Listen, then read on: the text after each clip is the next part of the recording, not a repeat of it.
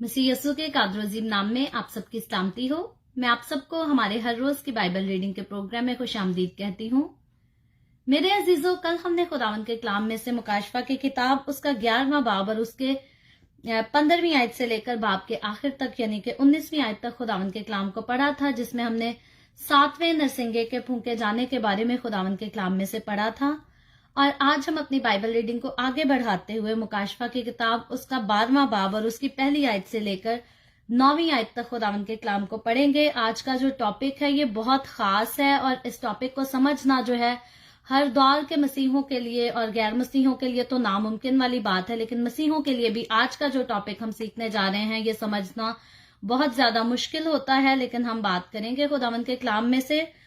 इससे पहले मैं आज की रीडिंग का आगाज करूं, आप सबसे गुजारिश करूंगी, आप जितने मेरे साथ ऑनलाइन आ चुके हैं इस वीडियो को अपनी वॉल पर और दूसरे ग्रुप्स में शेयर करें ताकि मजीद लोग हमें खुदावन का कलाम सुनने के लिए ज्वाइन कर सकें।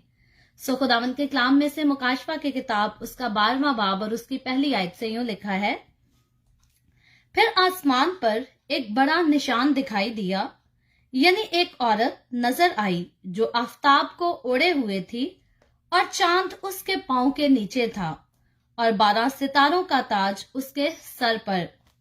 वो हामला थी और दर्दे जामे चिल्लाती थी और बच्चा जलने की तकलीफ में थी। फिर एक और निशान आसमान पर दिखाई दिया, यानी एक बड़ा लाल अजदहा, उसके 7 सर और 10 सींग थे और उसके सरों पर 7 ताज, और उसकी दुम ने आसमान के 3 सितारे खींचकर जमीन पर डाल दिए। और वो अजदहा उस औरत के आगे जाकर खड़ा हुआ जो जनने को थी, ताकि जब वो जने तो उसके बच्चे को निगल जाए। और वो बेटा जनी, यानी वो लड़का जो लोहे के अस्सा से सब कौमों पर हुकूमत करेगा, और उसका बच्चा यकायक खुदा और उसके तख्त के पास तक पहुंचा दिया गया। और वो औरत उस बियाबान को भाग गई जहां खुदा की तरफ से उसके लिए एक जगह तैयार की गई थी, ताकि 1260 दिन तक उसकी परवरिश की जाए। फिर आसमान पर लड़ाई हुई, मिकाइल और उसके फरिश्ते अजदहा से लड़ने को निकले, और अजदहा और उसके फरिश्ते उनसे लड़े, लेकिन गालिब ना आए। और इसके बाद आसमान पर उनके लिए जगह ना रही। और वो बड़ा अजदहा, यानी वही पुराना सांप जो अबलीस और शैतान कहलाता है और सारे जहान को गुमराह कर देता है, जमीन पर गिरा दिया गया, और उसके फरिश्ते भी उसके साथ गिरा दिए गए। खुदावन के पाक कलाम पढ़े और सुने जाने पर खुदावन की बरकत हो, खुदावन का शुक्र हो। मेरे अजीजों, मुकाशफा की किताब उसका 12वां बाब और उसकी पहली आयत से लेकर 9वीं आयत तक हमने पढ़ा है। और जैसे मैं पहले जिक्र कर चुकी हूं कि आज का जो टॉपिक है ये बहुत मुश्किल किस्म का टॉपिक है, जो बहुत सारे लोगों को, बल्कि ज्यादातर लोगों को जो है वो समझने में मुश्किल होता है, लोग कंफ्यूज होते हैं। और आज के इस टॉपिक में जो है वो माजी का भी जिक्र है, हाल का भी जिक्र है, मुस्तकबिल का भी जिक्र है, यानी कि पास्ट, प्रेजेंट और फ्यूचर, इन तीनों की बात हो रही है, जमानों की। तो इसलिए ये जो टॉपिक है ये लोगों को मुश्किल लगता है समझने के लिए, और लोग हमेशा इस बात पर जो है वो कंफ्यूज रहते हैं कि कौन सी बात ठीक और कौन सी बात जो है वो ठीक नहीं है। लेकिन हम इस पर आज यही किताब जो मैं इसको डेली तकरीबन इसी से नोट्स लेकर, लेकिन आज डायरेक्ट इससे आपको सिखाऊंगी, क्योंकि जब मैंने इसकी तफसीर पढ़ी तो ये काफी ज्यादा लंबी थी, काफी गहरी बातें थी जो हाथ से लिखना मेरे पास इतना वक्त नहीं था। लेकिन मुझे अच्छा लगा कि डिटेल में चलें, जितनी डिटेल में अभी भी कंप्लीटली जितना कुछ डिटेल में इस किताब में बयान किया गया है, मैं हर चीज तो नहीं आपको पढ़ के बताऊंगी। मैंने बहुत सारी चीजें, पॉइंट्स जो हैं वो हाईलाइट किए हैं जिनको आपके सामने पढ़ूंगी। लेकिन मुझे उम्मीद है, मेरा यकीन है कि बहुत सारी बातें, अगर आप इन बातों को लेकर कंफ्यूज हैं, समझ नहीं पाते, तो आपके भी पॉइंट ऑफ व्यू जो है वो इसको सुनकर क्लियर हो जाएंगे। खुदावंद के कलाम में से 12वां बाब जो है ये इस किताब का नहायत अहम बाब है, इम्पॉर्टेंट बाब है, और हमें मसीह यसू, कौम बनी इसराइल और शैतान, इन तीनों के जो है माजी, हाल और मुस्तकबिल के वाकयात की बाबत मालूमात इस चैप्टर में मुहैया की गई है, जो मैं पहले कह चुकी हूं कि पास्ट, प्रेजेंट और फ्यूचर के बारे में। लेकिन ये किसके बारे में है? मसीह यस्सु के बारे में, कौन बने इसराइल और अबलीस के बारे में है। ये सारी इंफॉर्मेशन आज के हमने चैप्टर में पढ़ी है। और जब हमने इसकी पहली आयत पढ़ी थी तो इसमें एक औरत का जिक्र था। औरत को लेकर लोग काफी ज्यादा कंफ्यूज रहते हैं कि ये औरत कौन है और क्यों है और ये कैसी औरत है, इसका जिक्र मुकाशफा में क्यों किया गया है, इसको हम आगे चल के देखते हैं। तो सबसे पहले मैं इसकी पहली आयत पढ़ूंगी, आयत में साथ साथ पढ़ के उसकी वजाहत जो लिखी है मेरे पास मैं आपको बताती चलूंगी।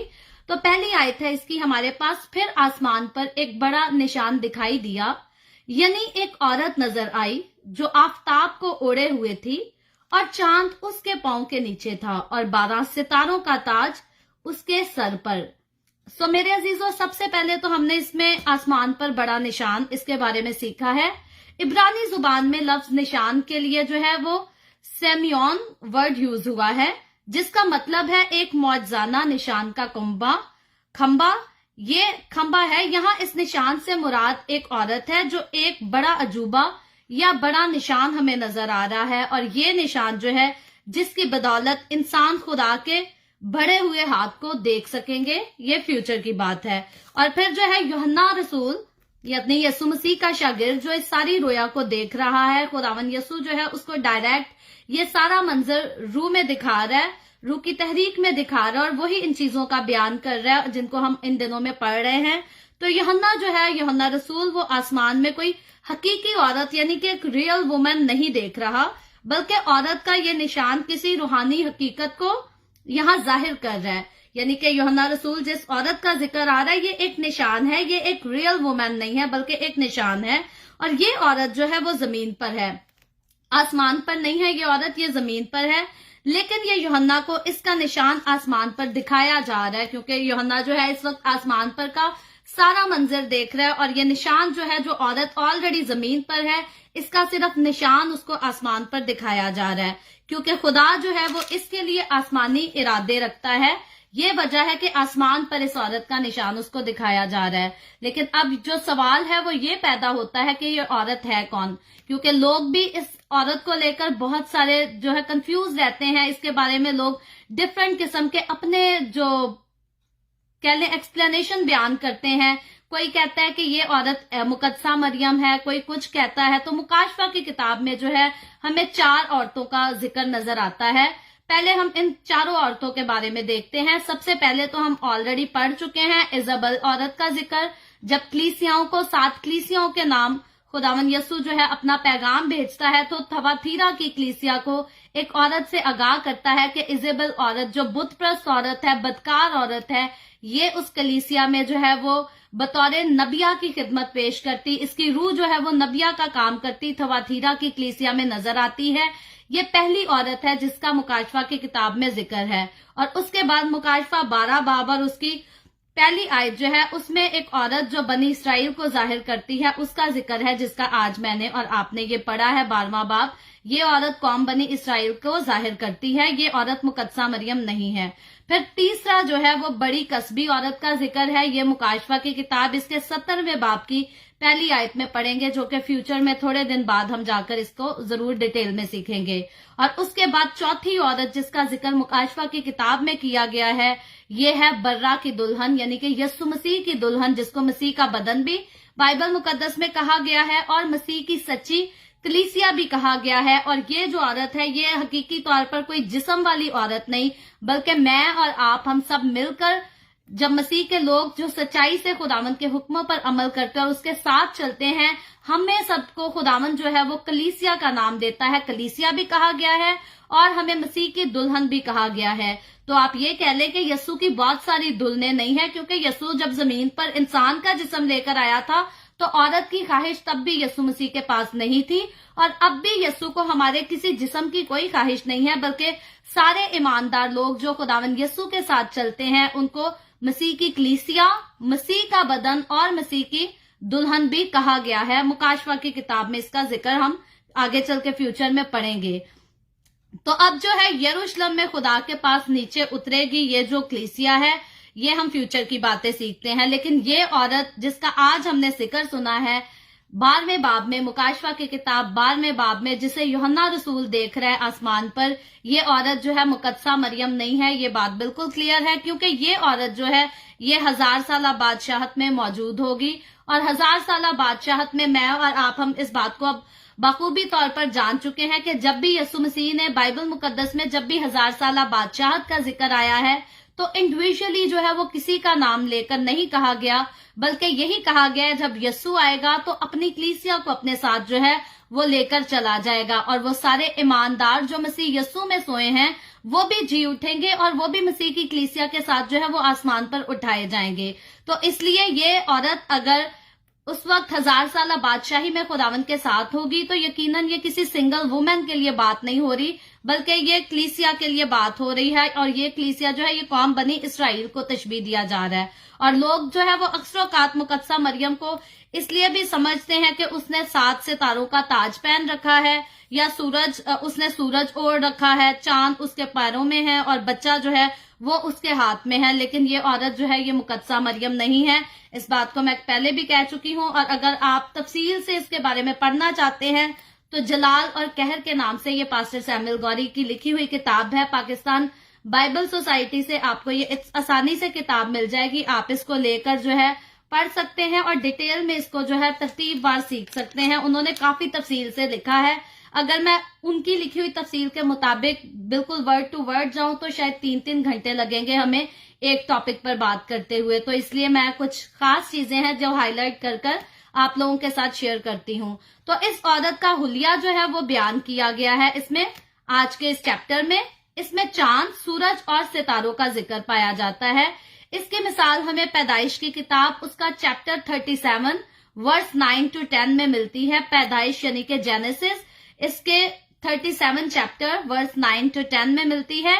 इस औरत के सर पर जो है वो 12 सितारों का ताज है जो उसकी शान शौकत को जाहिर करते हैं। और फिर ये 12 सितारे जो हैं ये कौम बनी इसराइल के 12 कबीलों को जाहिर करते हैं। मैं एक बार फिर से आपको रिपीट करके पढ़ती हूँ। इस औरत के सर पर जो है 12 सितारों का ताज है, और ताज जो है वो शान शौकत को जाहिर करते हैं। और फिर 12 सितारे जो हैं, ताज अलग चीज है, सितारे अलग चीज है, और सितारे जो है ये इसराइल के 12 कबीलों को जाहिर करते हैं। और इस औरत को जो तस्वीर पेश की गई है, इस औरत के बारे में जो इसका हुलिया दिखाया जा रहा है, ये बहुत ही जलाली किस्म का हुलिया है, और जो कि जाहिर करती है कि इस औरत की शान, रुतबा और इज्जत बहुत ज्यादा है, बहुत खास है खुदा के नजदीक। यहाँ बनी इसराइल की शान शौकत, फजीलत और उसके ऊंचे रुतबे की बात हो रही है कि खुदावंद जो है उसको सूरज, चांद और सितारों के साथ तशबीह दे रहा है। तो ये औरत जो है मुकाशवा की किताब 12वें बाब में जो हमें दिखाई देती है,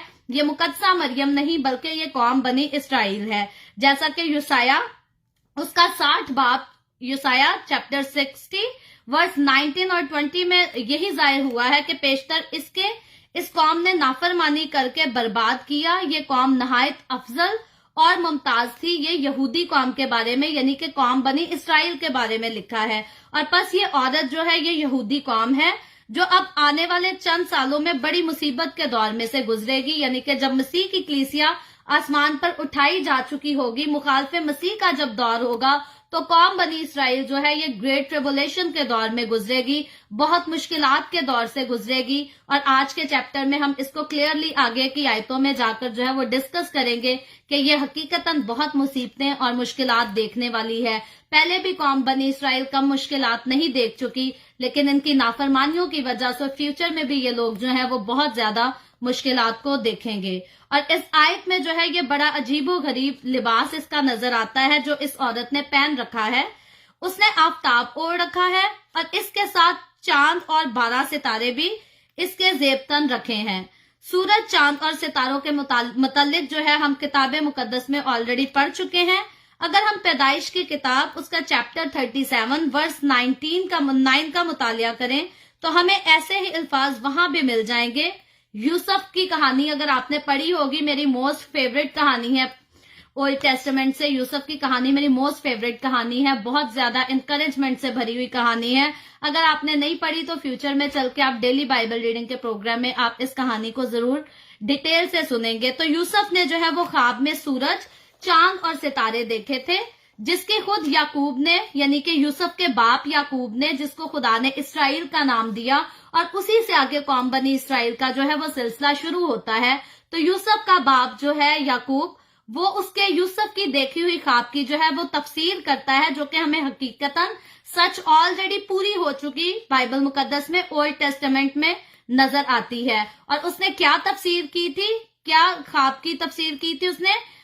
यूसुफ ने जब उसको बताया कि मैंने ख्वाब में देखा है चांद सूरज सितारे सारे मेरे आगे झुककर सिजदा करते हैं, तो वो उसका बाप याकूब उसकी तफसीर करते हुए कहता है, क्या मैं और तेरी माँ और तेरे भाई सचमुच तेरे आगे झुककर तुझे सिजदा करेंगे?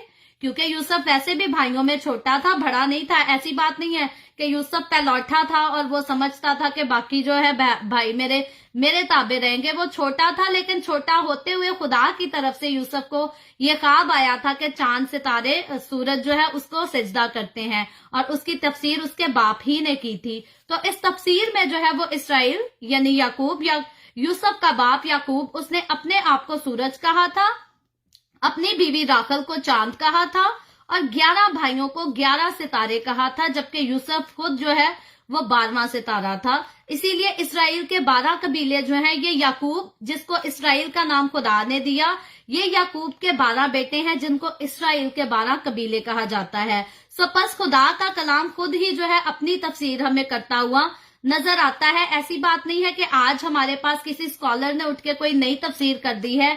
ये जो हवाला हमें मुकाशफा की किताब उसके 12वें बाब में पढ़ने मिलता है, इसकी ऑलरेडी तफसीर जो है मुकाशफा में पैदाइश की किताब में हम देखें तो ये हमें मिलती है। तफसीर हो भी चुकी है उस दौर में और पूरी भी हो चुकी है, लेकिन अब जो बात हो रही है मुकाशफा में, ये आगे फिर से फ्यूचर में होने वाला है, और ये सारा उन्हीं चीजों से खुदावंद का कलाम जो है उसको तशबीह दे रहा है, ताकि हम उस माजरे को देखकर पढ़ के और इसको आसानी से समझ सके कि ये जिस औरत की बात हो रही है ये मुकद्दसा मरियम नहीं बल्कि ये कौम बनी इसराइल है। सो हमें समझने की जरूरत है कि यहाँ भी जो औरत की पोशाक में है वो सूरज है।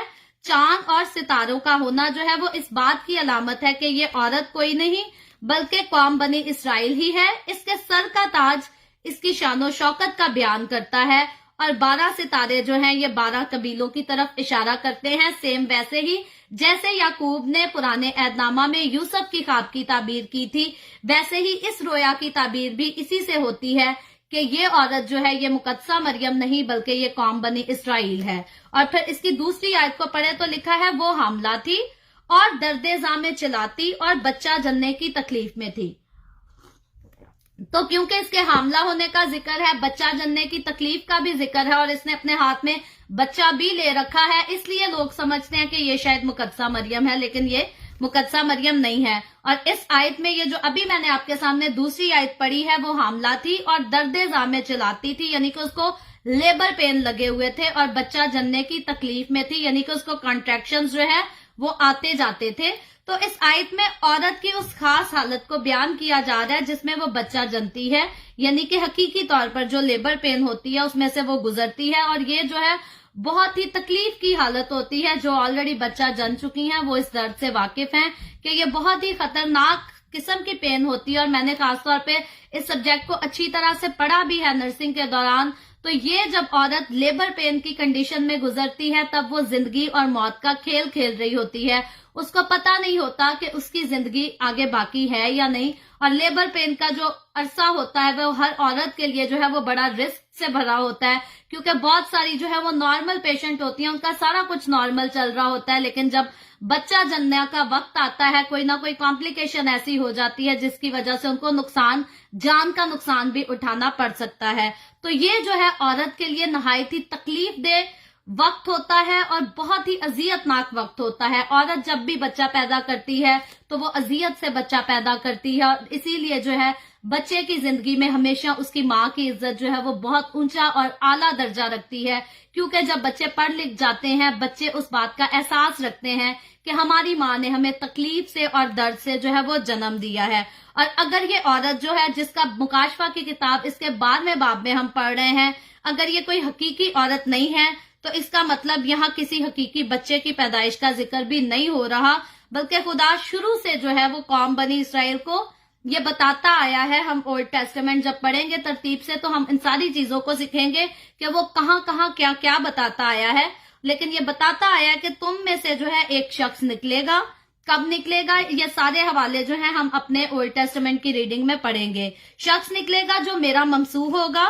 पैदाइश की किताब चैप्टर 49, जेनेसिस चैप्टर 49 वर्स 10, यहूदा से सल्तनत नहीं छूटेगी, खुदावंद कहता है, और ना उसकी नस्ल से अस्सा मौकूफ होगा, ये भी खुदावंद कहता है, जब तक शैलो ना आए और कौमें उसकी मती होंगी।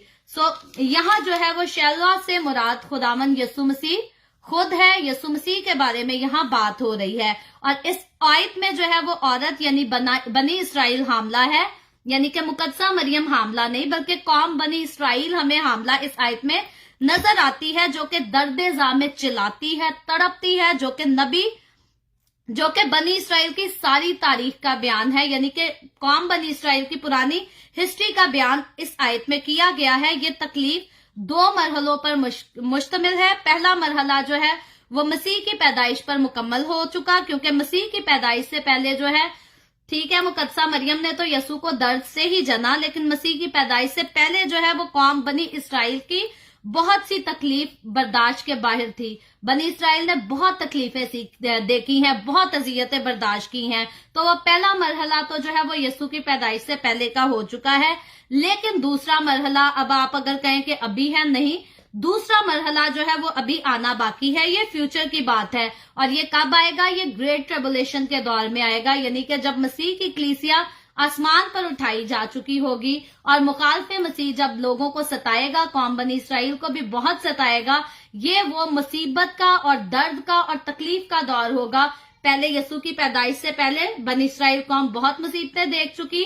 वो मुसीबतें ऐसे ही थी जैसे एक हामला औरत बच्चे को जन्म देते हुए तकलीफें बर्दाश्त करती है। वही तकलीफें सेम बनी इसराइल ने पहले उनको सफर किया। लेकिन जब मुखालफे मसीह का दौर आएगा तो फिर फ्यूचर में फिर वो वैसी ही तकलीफ का जो है वो मुकाबला करेंगी, उनका सामना करेंगी और उनको सहेंगी। तो ये पास्ट का भी जिक्र करती है आज की आयत और फ्यूचर का भी जिक्र करती है। और फिर मिस्र की गुलामी से लेकर मसीह की पैदाइश तक जो माँ है यानी कि बनी इसराइल अपने बच्चे की पैदाइश के इंतजार में रही। जब तक यीशु मसीह नहीं आया, कौम बनी इसराइल इस इंतजार में थी कि हमारा मुनज्जी आएगा, हमारा कफारा अदा करने के लिए जो है वो कोई आएगा।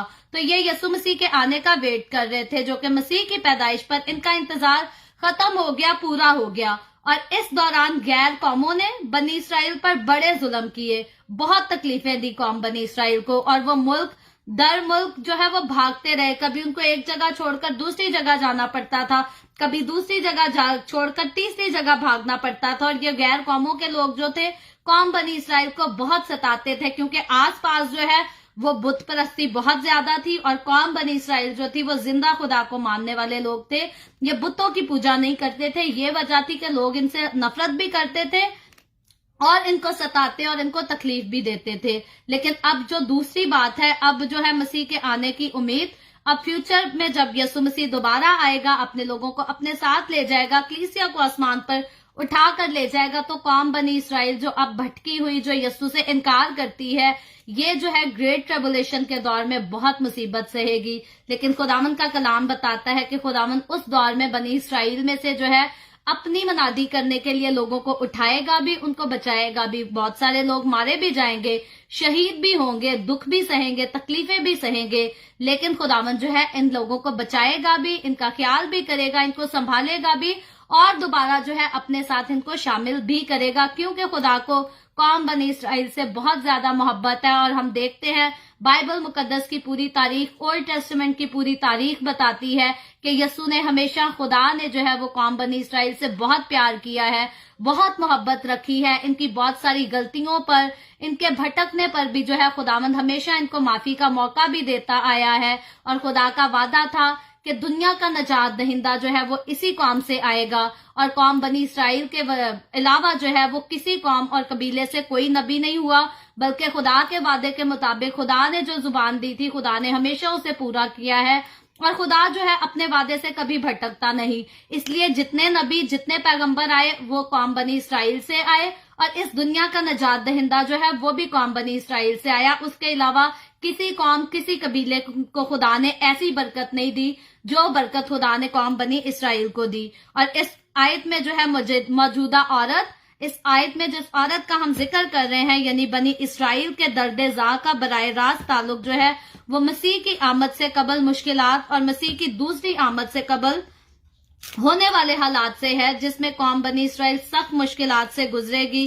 اور پہلے جو ہے بابل اور رومن امپائر نے مشکلات میں اس قوم کو ڈالا تھا، جبکہ اب مخالف مسیح فیوچر میں ان کو اور بھی زیادہ مشکلات میں ڈالے گا، بہت اذیت میں ڈالے گا. اور اس کے بعد جب تیسری آیت پڑھیں تو لکھا ہے پھر ایک اور نشان آسمان پر دکھائی دیا. پہلے عورت کا نشان دیا دکھائی، اب دوسرا ایک اور نشان یوحنا رسول دیکھ رہا ہے، یعنی ایک بڑا لال اژدہا، اس کے 7 سر اور 10 سینگ تھے اور اس کے سروں پر 7 تاج تھے.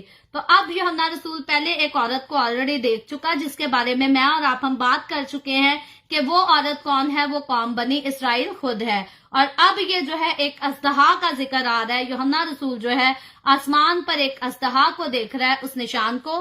تو یوحنا رسول کو جس طرح آسمان میں ایک عورت دکھائی دی گئی، ایسے ہی ایک اور نشان دکھایا گیا. اس بار اس نے ایک بڑا اژدہا یعنی کہ لال رنگ کا اژدہا دیکھا، اور یہ دونوں بڑے ہی عجیب نشانات دکھائے گئے ہیں، کیونکہ نہ تو ایسی کوئی عورت کسی نے دیکھی ہے جس کے سر پہ اتنا کچھ ہو، اور نہ ہی ایسا اژدہا کسی نے اپنی نظروں میں دیکھا ہے. آج کی اس دنیا میں یا اس سے پہلے کی دنیا میں کسی نے کوئی ایسا اژدہا نہیں دیکھا، کیونکہ یہ دونوں نشان حقیقی نہیں، مطلب حقیقی طور پر وہ اژدہا کو آسمان پر نہیں دیکھ رہا اور حقیقی طور پر کوئی ریئل وومن بھی نہیں دیکھ رہا. یہ اس کو نشانات کی صورت میں دکھائے گئے ہیں، بلکہ روحانی اہمیت کے یہ جو ہیں دونوں نشان حامل ہیں. اور یہ دونوں نشان ماضی کی یاد بھی دلاتے ہیں، یعنی کہ پاس کی یاد بھی دلاتے ہیں، کیونکہ ایک دوسرے کے یہ ہمیشہ سے دشمن چلے آئے ہیں، آگے بھی دشمن ہیں، اور فیوچر میں بھی ان کی لڑائی جو ہے وہ بہت زیادہ ہے، جو کہ بہت زیادہ تباہی اور بربادی مچانے والی ہے. اور یوحنا اس نشان کو لال اژدہا کہتا ہے، اپنے اس کلام میں بیان کرتا ہے، اور اس کے حلیہ کو بھی یوحنا رسول خود بیان کرتا ہے، جیسے اس نے پہلا نشان یعنی عورت کا کیا تھا. اس اژدہا کے ساتھ جو ہے وہ 10 سینگ ہیں اور سروں پر تاج ہیں. اور یہاں اژدہا کو نہایت شاندار اور خوبصورت دکھایا گیا ہے آج کے اس چیپٹر میں. اور اژدہا اور عورت کا نشان ایک ساتھ آنا اس بات کی علامت ہے کہ اس عورت اور اس کے بچے کا اس اژدہا سے گہرا تعلق ہے. اور وہ عورت کون ہے؟ وہ قوم بنی اسرائیل ہے. کیونکہ اس باب میں عورت اور اس کے بچے پر اژدہا کے حملوں کا ذکر آ رہا ہے، اور یہ بھی بتایا گیا ہے کہ خدا کس طرح ان حملوں کو ناکام بنا دیتا ہے، جو کہ آگے چل کے ہم آیتوں میں دیکھیں گے. تو لیکن اس سے پیشتر کے ان حملوں کے متعلق بتایا جائے، یوحنا کو پہلے ان کرداروں کا تعارف کروایا جا رہا ہے، پہلے یوحنا کو انٹروڈیوس کرایا جا رہا ہے کہ یہ ہے کون. تو اس اژدہا سے مراد کیا ہے؟ شیطان ہے، یعنی کہ ابلیس ہے. یہ تشبیہ ہمیں دانیل کی مشہور رویا کی یاد دلاتی ہے. دانیل کی مشہور رویا جو ہے آپ پرانے عہد نامہ میں اولڈ ٹیسٹمنٹ میں دانیل کی کتاب اس کا 7واں باب اور 7ویں آیت سے لے کر 14ویں آیت تک اگر آپ پڑھیں گے تو اس کو ڈیٹیل سے آپ سمجھ سکیں گے. اور اس حوالے میں جو ہے وہ حیوانوں اور سینگوں سے مراد بادشاہ ہیں، یعنی کہ حیوان اور جو اس کے سینگ ہیں اس سے مراد بادشاہ ہیں. اور اژدہا کے سر پر بھی تاج نظر آ رہے ہیں جو کہ حکومت اور اقتدار کی دلیل ہیں. اژدہا کیا چاہتا ہے؟ وہ چاہتا ہے کہ اس بچے کو کھا جائے جو اس عورت کے ہاتھ میں ہے. اس کا رنگ بھی ہمیں جو ہے وہ ریڈ نظر آتا ہے. لال رنگ کا یہ اژدہا ہے جو خون اور قتل کا نشان ہے. لال رنگ ہمیشہ خون اور قتل کا، لوگ تو سمجھتے ہیں لال رنگ محبت کا ہے اور لال گلاب پیش کرنا محبت میں بہت پسند کرتے ہیں، لیکن حقیقی طور پر جو ریڈ کلر ہے یہ خون کی نشاندہی کرتا ہے، یہ قتل کی نشاندہی کرتا ہے. اور اگر آپ نے پرانے وقتوں میں اس بات میں پڑھا ہوگا کہ جب کسی بے گناہ کا جو ہے وہ قتل ہوتا تھا تو بادل جو تھے وہ لال بادل دکھائی دیتے تھے اور لوگ سمجھ جاتے تھے کہ کوئی بے گناہ کا جو ہے وہ خون ہوا ہے. لال رنگ جو ہے ہمیشہ قتل کی اور خون کی نمائندگی کرتا ہے، اور اس خونی رنگ میں مقدسوں کے خون بہائے جانے کی طرف اشارہ دیا گیا ہے. یہ نشان جو یوحنا رسول مکاشفہ کی کتاب 12ویں باب میں دیکھ رہا ہے، اور اس کے 10 سینگ حکومت اور اقتدار کی جو ہے وہ علامت ہے. اور کتاب مقدس کے مطابق جو ہے وہ 7 کا عدد کاملیت کا ہے. ہم اس کو پہلے 7 कलीसियाओं के नाम जब खुदावंद यीशु ने पैगाम भेजे, तो तब भी इस बात को हमने डिस्कस किया था कि 7 का जो नंबर है ये खुदावंद के कलाम के मुताबिक जो है इसको कामलियत का अदद समझा जाता है, और ये अदद मुकम्मल होने को यानी कि कंप्लीट होने को भी जाहिर करता है, जबकि सर हिकमत को जाहिर करता है। ये जो हमारा हेड है ये हिकमत को जाहिर करता है। और अज़दहा के 7 सर से मुराद है कि वो इल्म और हिकमत में बाकमाल है, यानी कि बहुत खूब इल्म और हिकमत रखता है ये अज़दहा जो है। सो शैतान हिकमत से मामूर मखलूक है, इसको मैं और आप हम जानते हैं, और जो बाइबल मुकद्दस का सही इल्म रखते हैं वो सही तौर पर इस बात को जानते हैं कि जो अबलीस है उसके पास इख्तियार भी है, कुदरत भी है, और वो हिकमत में बहुत ज्यादा तेज और होशियार चीज है, कोई आम चीज नहीं है अबलीस भी। इसके मुतालिक अगर हम हिस्कियल की किताब में देखें तो हिस्कियल के सहीफा में भी बड़े वाज़िह अल्फाज में बयान किया गया है लूसीफर के बारे में, यानी कि अबलीस के बारे में, शैतान के बारे में लिखा गया है कि तू खातिम अल कमाल, दानिश से मामूर और हुस्न में कमाल है। हिस्कियल की किताब उसका 28वां बाब और इसकी 12वीं आयत आप पढ़ सकते हैं, उधर ऐसा ही लिखा है शैतान के बारे में। और फिर जब 10 सींगों का जिक्र आता है तो सींग जो है इसके कुव्वत और इख्तियार को जाहिर करते हैं, खुदा के नहीं, यहाँ हम शैतान की बात कर रहे हैं। और अगर इस अज़दहा के 10 सींग हैं तो इसका मतलब ये है कि ये बड़ा इख्तियार भी रखता है, यानी कि बहुत अच्छा इख्तियार रखता है। और दानियल की किताब में भी 10 सींग का जिक्र हमें मिलता है, और वो 10 सींग जो है 10 बादशाह हैं जो इस सल्तनत में बरपा होंगे। दानियल की किताब 7वां बाब आप उसकी 24वीं आयत को भी पढ़ सकते हैं। और उसके बाद यहाँ यूहन्ना को भी यही बताया जा रहा है आज की इस रोया में कि ये 10 सींग 10 बादशाह होंगे जो इस बड़े लाल अज़दहा यानी कि अबलीस के साथ इसके मंसूबे को अमली तौर पर जामा पहनाने के लिए बतौर जो है वो हथियार यूज होंगे, और वो यूज होंगे, और उसके साथ जो है अबलीस की कुदरत फ्यूचर में जो है वो कसरत से काम करेगी। अब तो करती है लेकिन फ्यूचर में ये और ज्यादा काम करेगी, पूरे इख्तियार के साथ काम करेगी। और 7 ताज का जिक्र है, तो ताज जो है ये बादशाहत को जाहिर करते हैं। ताजों का जिक्र हम मुकाशफा की किताब की जब शुरू की बाइबल रीडिंग कर रहे थे तब भी इसका जिक्र हम पढ़ चुके हैं कि ताज जो है वो बादशाहत को जाहिर करते हैं।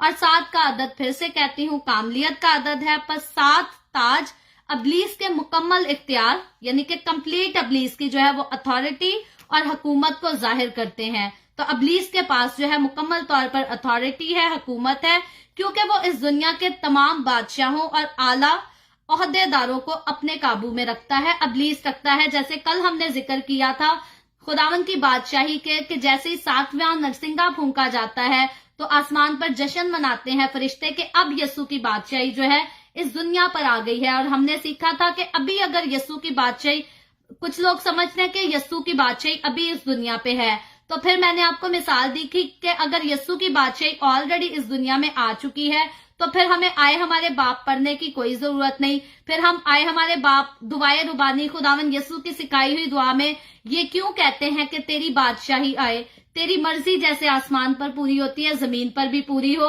तो इस बात से हमने सीखा था कि ये बात बिल्कुल क्लियर है कि अभी जो है वो यीशु मसीह की बादशाहत इस दुनिया में नहीं आई, बल्कि यीशु की बादशाही आसमान पर है। आसमान पे यीशु की मर्जी पूरी होती है, लेकिन जमीन पर अभी जो मर्जी अगर किसी की पूरी होती है तो वो अबलीस की होती है, शैतान की होती है, जो कि आज इस चैप्टर में हम और ज्यादा क्लियर तौर पे इस बात को जान पा रहे हैं कि उसके सर पर जो ताज इख्तियार को जाहिर करते हैं, उसकी अथॉरिटी को जाहिर करते हैं। तो ये बात और भी क्लियर हो जाती है कि उस दुनिया के बादशाह और आला इख्तियार के जो आला ओहदे रखते लोग हैं वो सब जो है वो अबलीस के, शैतान के काबू में रहते हैं। और इसीलिए अब जो दिन ब दिन जो है वो नजात का काम इतना नहीं भरता जितना गुनाह हमें भरता दिखाई देता है। तो जब यीशु की बादशाहत आएगी तब गुनाह नहीं होगा, जब अबलीस की बादशाही है तो गुनाह जो है वो कसरत से तरक्की करता हुआ, हर रोज आप देखें मुख्तलिफ ममालिक में अब गुनाह जो है कसरत से बढ़ता चला जा रहा है। तो यीशु की बादशाही में जो है गुनाह कभी भी तरक्की नहीं कर सकता, आगे नहीं बढ़ सकता। और गुनाह आगे बढ़ता, कामयाब होना, ये इसी बात की अलामत है कि अभी जो फिलहाल इस दुनिया पे अगर किसी का इख्तियार है, हुकूमत है, تو وہ ابلیس کی ہے, وہ شیطان کی ہے. اور اس بات کی تصدیق جو ہے وہ یوحنا رسول بھی اپنے خط میں بھی کرتا ہے. یہ تو مکاشفہ کی کتاب میں یوحنا رسول دیکھ رہا ہے اور کہہ رہا ہے. اس سے پہلے جب یوحنا رسول کا خط اگر پڑھے تو اس میں بھی کرتا ہے. ساری دنیا اس شریر کے قبضہ میں ہے. یوحنا رسول اپنے خط میں کہتا ہے ساری دنیا اس شریر کے قبضہ میں پڑی ہوئی ہے. اور پہلا یوحنا 5واں باب اس کی 19ویں آیت ہے. اور صرف یوحنا ہی نہیں بلکہ مسیح یسوع نے خود بھی اس بات کو کہا کہ ابلیس بادشاہ ہے اور تمام دنیا کی سلطنتیں اس کے متحد ہیں. تو یوحنا رسول تو ہمیں کہتا ہے, اپنے خط میں بھی کہتا نظر آ رہا ہے, مکاشفہ کی کتاب میں بھی اس بات کو بیان کر رہا ہے. لیکن یوحنا رسول کے علاوہ جو ہے مسیح یسوع نے خود بھی کہا کہ اس دنیا پر جو ہے وہ ابلیس کی بادشاہی ہے اور ساری سلطنتیں جو ہے وہ ابھی میرے متحد نہیں بلکہ ابلیس کے متحد ہے. اور متی 12 باب اور اس کی 24ویں آیت سے لے کر 30ویں آیت تک آپ اس کو پڑھ سکتے ہیں, تو آپ کا جو پوائنٹ آف ویو ہے وہ اور بھی کلیئر ہو جائے گا. اور تاج نہ صرف بادشاہت بلکہ اس کی شان و شوکت اور جاہ و جلال کو بھی ظاہر کرتے ہیں. اور یہ تاج اس وقت ہم یسوع کے سر پر نہیں بلکہ ابلیس کے سر پر, اس اصحا کے سر پر دیکھ رہے ہیں آج کے اس چیپٹر میں. اور اس کے علاوہ جب 4تھی آیت پڑھے تو لکھا ہے, اور اس کی دم نے آسمان کی تہائی ستارے کھینچ کر زمین پر ڈال دیے, اور وہ اژدہا اس عورت کے آگے جا کھڑا ہوا جو جننے کو تھی, تاکہ جب وہ جنے تو اس بچے کو نگل جائے. تو میرے عزیزو, اب یہ جو اژدہا جس کے سر پہ تاج ہے, جس کے پاس سارا اختیار ہے, اب ہمیں ایک اور چیز نظر آ رہی ہے کہ اس کی دم نے آسمان کی تہائی جو ہے وہ ستارے کھینچ کر زمین پر ڈال دیے. تو اب یہ ہمیں نئی بات نظر آ رہی ہے. تو اس آیت کا تعلق جو ہے وہ ان واقعات کے ساتھ ہے جو ماضی میں آلریڈی ہو چکے ہیں, یعنی کہ پاسٹ میں.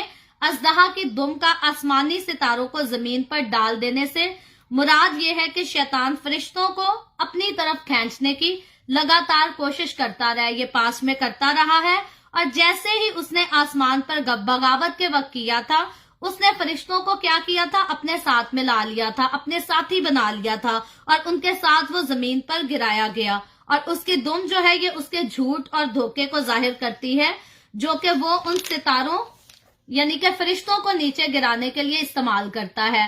تو فرشتوں کو جو ہے وہ لوسیفر, ابلیس جو ہے وہ نیچے اپنے پاس بلانے کے اپنے ساتھ, جیسے ہم نے پڑھا تھا کہ ابلیس جو ہے وہ ایک گرا ہوا فرشتہ ہے. اور یہ کوئی کہاوت نہیں ہے کہ وہ گرا ہوا فرشتہ ہے, حقیقی طور پر اسے آسمان پر سے گرایا گیا ہے, اسی لیے وہ گرا ہوا فرشتہ ہے, اور ایک گرا ہوا خدا یا گرا ہوا بادشاہ آپ کہہ لیں. اور وہ اپنے ساتھ ساتھ دوسرے فرشتوں کو بھی گرانے کی کوشش کرتا ہے, اور اپنی دم کے ساتھ انہیں کھینچتا اور اپنے پاس بلاتا ہوا ہمیں نظر آتا ہے. اور ستاروں سے مراد جو ہے وہ فرشتے اور اعلیٰ درجے کے انسان ہے. بائبل مقدس میں فرشتوں کے لیے اکثر اوقات جو ہے وہ ستاروں کا لفظ یوز ہوا ہے, یعنی کہ اینجلز کو بائبل مقدس میں کافی جگہوں پر سٹار بھی کہا گیا ہے. تو اسی طرح شیطان کے لیے بھی جو ہے وہ صبح کے ستارے کا ورڈ یوز ہوا ہے. یسایہ کی کتاب اس کا 14واں باب اس کی 12ویں آیت میں آپ دیکھ سکتے ہیں. تو فرشتوں کو آسمانی ستارے اس لیے کہا گیا کیونکہ وہ بہت ہی خوبصورت یعنی کہ بیوٹیفل اور جلالی ہوتے ہیں. اور جب شیطان اپنے غرور اور نافرمانی کی وجہ سے زمین پر گرا دیا گیا تو اس نے بہت سے آسمانی فرشتوں کو بھی اپنے ساتھ ملا لیا, ورگلا لیا, اور اپنے متحد بہت سارے, ایک دو نہیں بلکہ کافی بڑا گروہ جو تھا اس نے اپنے قبضہ میں کر لیا, اور اس کے ساتھ ہی وہ سارے جو ہیں وہ زمین پر گرا دیے گئے. تو اس لیے آج اگر میں اور آپ دیکھیں تو ابلیس اکیلا نہیں ہے, اس کے ساتھ بہت سارے فرشتے ہیں جو اس کے ساتھ اس کی ساری کوششوں کو کامیاب کرتے ہیں. اور ابلیس جو ہے وہ آج بھی اسی کوشش میں رہتا ہے کہ خدا کے لوگوں اور فرشتوں کو نیچے گرا دے. یعنی کہ ابلیس کا ٹارگٹ صرف خدا کے لوگ نہیں بلکہ خدا کے باقی وہ فرشتے بھی جو خدا کی وفاداری میں ہیں وہ بھی اس کے ٹارگٹ میں ہیں. اور ابلیس ہمیشہ خدا کے لوگوں کو اور خدا کے فرشتوں کو گرانا چاہتا ہے اختیار سے, اور اس تخت سے جو خدا نے میرے اور آپ کے لیے رکھا ہے, اس زندگی کے تاج سے جو خدا نے میرے اور آپ کے لیے رکھا ہے. ابلیس ہر وقت کوشش کرتا ہے کہ ہم سے وہ تاج اور وہ مقام چھین لے اور ہم ابلیس کے ساتھ آگ میں ڈال کر تباہ کر دیے جائیں, لیکن خداوند یسوع کے ساتھ جو ہے اس کی بادشاہی کا حصہ نہ بن سکے. تو ابلیس پہلے بھی یہ چلاکیاں کرتا رہا ہے, آج بھی کرتا رہا ہے, اور فیوچر میں اس کی یہ چلاکیاں جو ہے یہ اور زیادہ ہونے والی ہیں, کم نہیں ہوں گی. اور وہ جو ہے انہیں اپنی جانب ہمیشہ کھینچتا ہے. تو جس کے لیے وہ اپنی دم یعنی کہ جھوٹ जो अब्लीस की दुम है, यहाँ असदहा की दुम है, ये झूठ और फरेब को जाहिर करती है। तो इसको जो है अपनी दुम यानी कि झूठ और फरेब और मकारी का यूज करता है। और आज आप देखें बहुत सारे लोग हैं जो दिली तौर से खुदावन से मोहब्बत रखते हैं, खुदा के साथ भी चलते हैं, लेकिन अब्लीस जो है, अब्लीस की क्या कोशिश होती है कि इनको खुदा से दूर किया जाए। तो अब्लीस उनकी जिंदगी में झूठ का काम करना शुरू करता है, फरेब का काम शुरू करता है, मकारी का काम शुरू करता है। और जब लोग फरेब का शिकार हो जाते हैं, झूठ का शिकार हो जाते हैं, मकारी का शिकार हो जाते हैं, तो ये इस बात को जो है क्लियर कर देता है, इस बात को साबित करता है कि अब ये लोग जो है ये खुदा के नहीं बल्कि ये अब्लीस के शिकार हो चुके हैं और अब अब्लीस का इनकी जिंदगियों पर जो है वो इख्तियार हो चुका है। तो इसलिए मेरे अजीजों, मुझे और आपको हमेशा केयरफुल रहना चाहिए, होशियार और बेदार रहना चाहिए, क्योंकि अब्लीस तो ऑलरेडी धारता फिरता है, हमें फाड़ खाना चाहता है। और जब हमारा दिल करे हम भी झूठ बोलें, हम भी फरेब करें, हम भी मकारी को यूज करें, तो हमें इस बारे में होशियार रहना चाहिए। हमें समझना चाहिए कि ये हमारी ख्वाहिशात, ये हमारे ख्याल, ये हमारी सोचें जो है ये खुदा की तरफ से नहीं बल्कि ये अब्लीस की तरफ से है। और अब वो इन चीजों को यूज करके मुझे और आपको खुदा के रास्ते से हटाना चाहता है। वो हमें हमारा जो जिंदगी का ताज खुदा ने हमारे लिए रखा है वो उससे छीनना चाहता है। और वो चाहता है कि जैसे उसने हमेशा की आग में जाकर गारत होना है, वो चाहता है हम भी उसी हमेशा की आग में चले जाएं। तो इसलिए मेरे अजीजों, मुझे और आपको मसीह के लोग होते हुए, मसीह के साथ चलते हुए जो है बहुत ज्यादा मुताहत रहना चाहिए। और झूठ, फरेब, मकारी, इन चीजों को हमें अपनी जिंदगियों में, अपने दिलों में, अपने घरों में जगह नहीं देनी चाहिए, क्योंकि ये सब कुछ जो है ये अब्लीस की तरफ से है। ना तो मेरा और आपका खुदा झूठा है, ना तो वो फरेब देता है, और ना वो मकार है। वो मकारी भी नहीं करता, बदकारी भी नहीं करता, जिनाकारी भी नहीं करता। ये सारी चीजें अब्लीस की तरफ से हैं।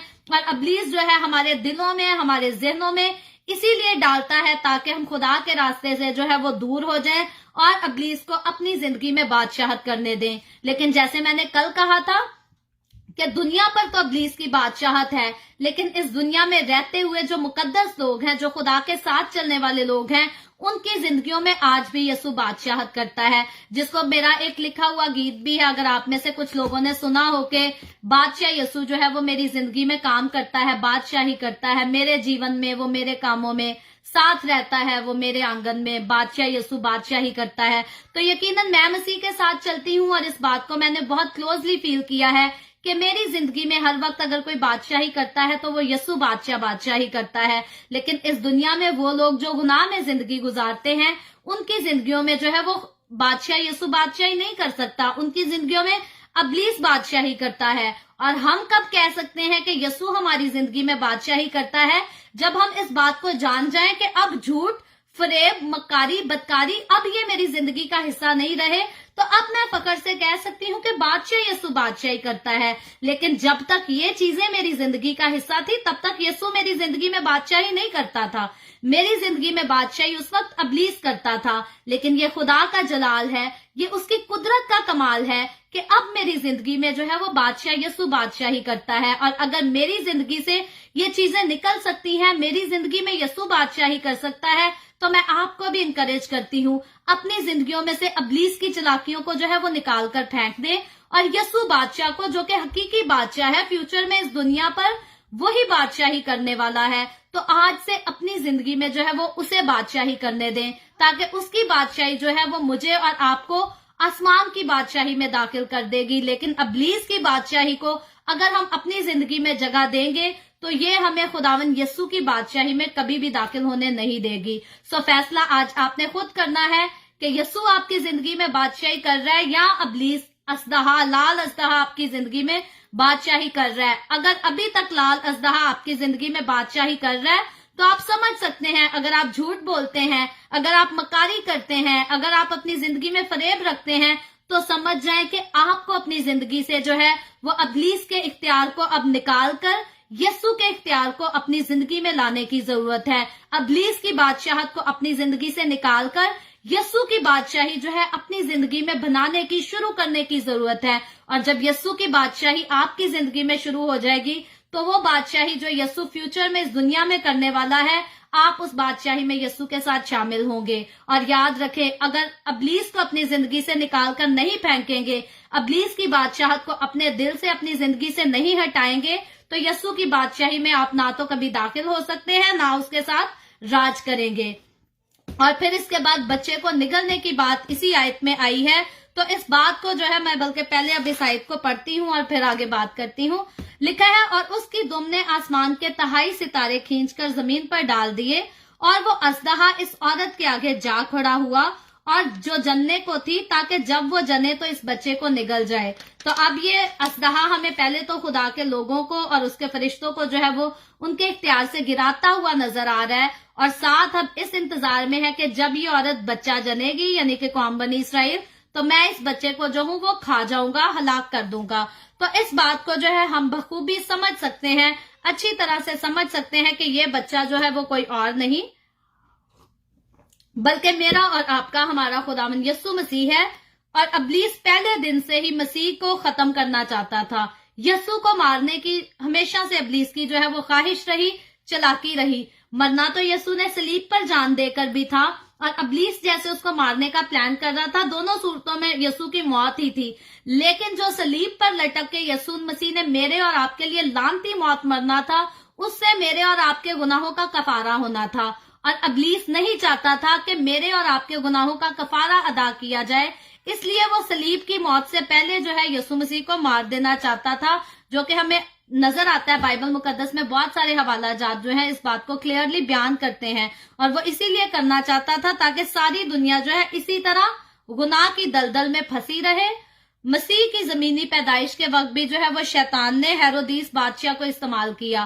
یہ سب سے پہلا آپ کو واقعہ نظر آئے گا جب یسوع مسیح پیدا ہوتا ہے، تو ابلیس جو ہے وہ ہیرودیس بادشاہ کے دل میں سما جاتا ہے، اور ہیرودیس بادشاہ کیا کرتا ہے، اپنے لوگوں کو بھیج کر 2 سال کی عمر کے بچوں کو قتل کروا دیتا ہے۔ کیوں قتل کرواتا ہے؟ صرف ایک ہی اس کا پلان ہوتا ہے کہ ان بچوں کے ساتھ جو ہے وہ یسوع مسیح بھی جو ہے وہ مار دیا جائے، ختم کر دیا جائے، یعنی کہ وہ جو قتل تلوار کے ساتھ بچوں کو کیا جا رہا ہے، ابلیس یسوع کے اس قتل میں راضی ہے، لیکن ابلیس جو ہے اس کے صلیب پر چڑھنے کے لیے راضی نہیں، کیونکہ ابلیس کو پتا تھا یسوع مسیح جب صلیب پر لعنتی موت مرے گا تو مجھے اور آپ کو گناہوں کی غلامی سے جو ہے وہ آزاد کرا دے گا، مجھے اور آپ کو جو ہے ہمیشہ کی موت سے آزاد کرا دے گا، میرے اور آپ کے لیے جنت کا دروازہ، فردوس کا دروازہ کھول دے گا۔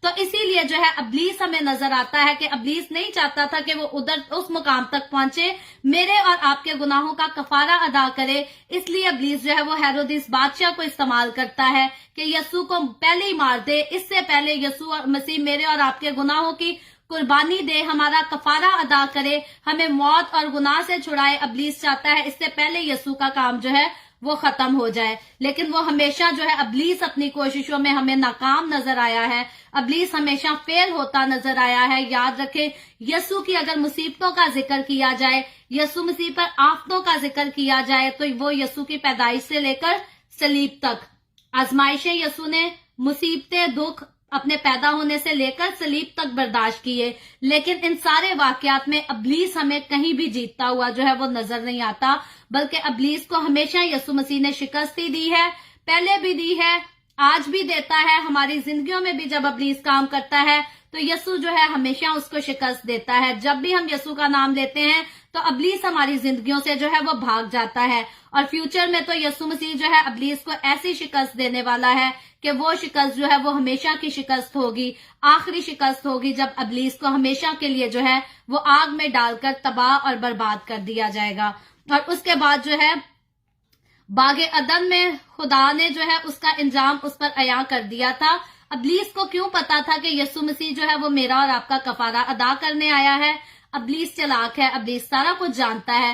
ابلیس کو پتا تھا جب ابلیس باغ عدن میں آدم اور حوا کو جو ہے وہ بہکاتا ہے، ان سے گناہ کراتا ہے، تو اسی ٹائم جو ہے وہ خدا نے ابلیس سے کہا تھا، پیدائش کی کتاب اس کا 3 باب اور آپ 15ویں آیت اگر پڑھیں تو اس میں لکھا ہے کہ ایک شخص عورت کی نسل سے آئے گا جو اس کے سر کو کچلے گا۔ تو یہ یسوع نے، خدا نے جو ہے ابلیس کو उसकी सजा जो है वो पहले ही सुना दी थी पैदाइश उसके 3 बाब 15वीं आयत में कि औरत की नस्ल से कोई आएगा जो तेरे सर को कुचलेगा। और यहाँ सिर्फ औरत की नस्ल की बात की जा रही है जिसमें किसी भी इंसानी मर्द की जो है वो शमूलियत नहीं शामिल। इसीलिए बाइबल मुकद्दस की ये खास गवाही है कि मुकद्दसा मरियम जो है वो बगैर मर्द के साथ अपना कोई जिस्मानी ताल्लुक रखे जो है वो हामला हुई थी, और वो प्योरली खुदा के रूह की कुदरत से हामला हुई थी। उसमें किसी मर्द की जो है वो शमूलियत नहीं थी, और सिर्फ औरत की नस्ल होगी ये बात खुदा ने खुद इब्लीस से कही थी, जो कि सिर्फ खुदावंद यीशु मसीह है।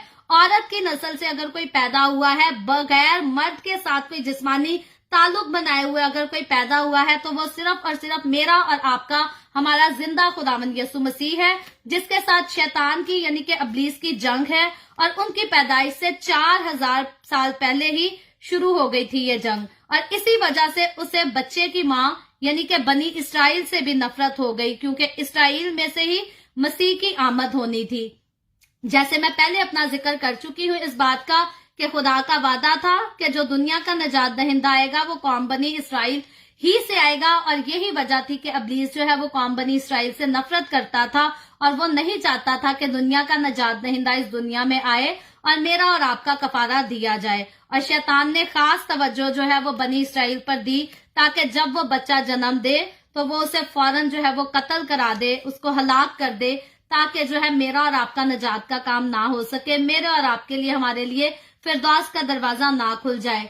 तो यस्सु की सारी आजमाइशें, यस्सु पर सारी मुसीबतों का आना, ये सब कुछ इब्लीस की तरफ से चालाकियां थी, क्योंकि वो नहीं चाहता था कि निजात का काम जो है वो पूरा हो सके। और उसके बाद जो है वो बच्चे पर हमले भी कराता हुआ हमें नजर आता है। और पहली दफा जो शैतान ने मसीह पर हमला कराया ये हम सबसे पहले सीख चुके हैं बाइबल मुकद्दस में, मुकद्दस मत्ती रसूल की मार्फत लिखी गई अंजील, अगर आपका उसका 2 बाब पढ़े तो वहां से आपको इसका जिक्र मिल जाएगा कि किस तरह जो है वो इब्लीस हेरोदिस बादशाह के दिल में ये ख्याल डालता है कि 2-2 साल के सारे बच्चों को मार डाले, और उसका यही ख्याल होता है कि उसके बीच में यस्सु भी जो है वो मार दिया जाएगा। तो इब्लीस ने यस्सु के पैदा होते ही ये चालाकियां शुरू कर दी थी, लेकिन इब्लीस को जो है किसी बात में खुदावंद ने कामयाब नहीं होने दिया, बल्कि खुदा का प्लान था कि यीशु मसीह आएगा, मेरे और आपके लिए वो लानती मौत मरेगा सलीब पर, और फिर हमें जो है वो गुनाहों की गुलामी से आजाद करेगा। और खुदा ने जो प्लान बनाया था मेरे और आपकी नजात के लिए, उसने इब्लीस की सारी चालाकियों के बावजूद उस प्लान को पूरा करके ही छोड़ा। और इसी बात की जब हम आगे 5वीं आयत पढ़ते हैं तो लिखा है, और वो बेटा जनी यानी वो लड़का जो लोहे के अस्सा से सब कौमों पर हुकूमत करेगा, और उसका बच्चा यकायक खुदा और उसके तख्त के पास पहुंचा दिया गया। Praise the Lord. तो बनी इसराइल का यहाँ इंतखाब है।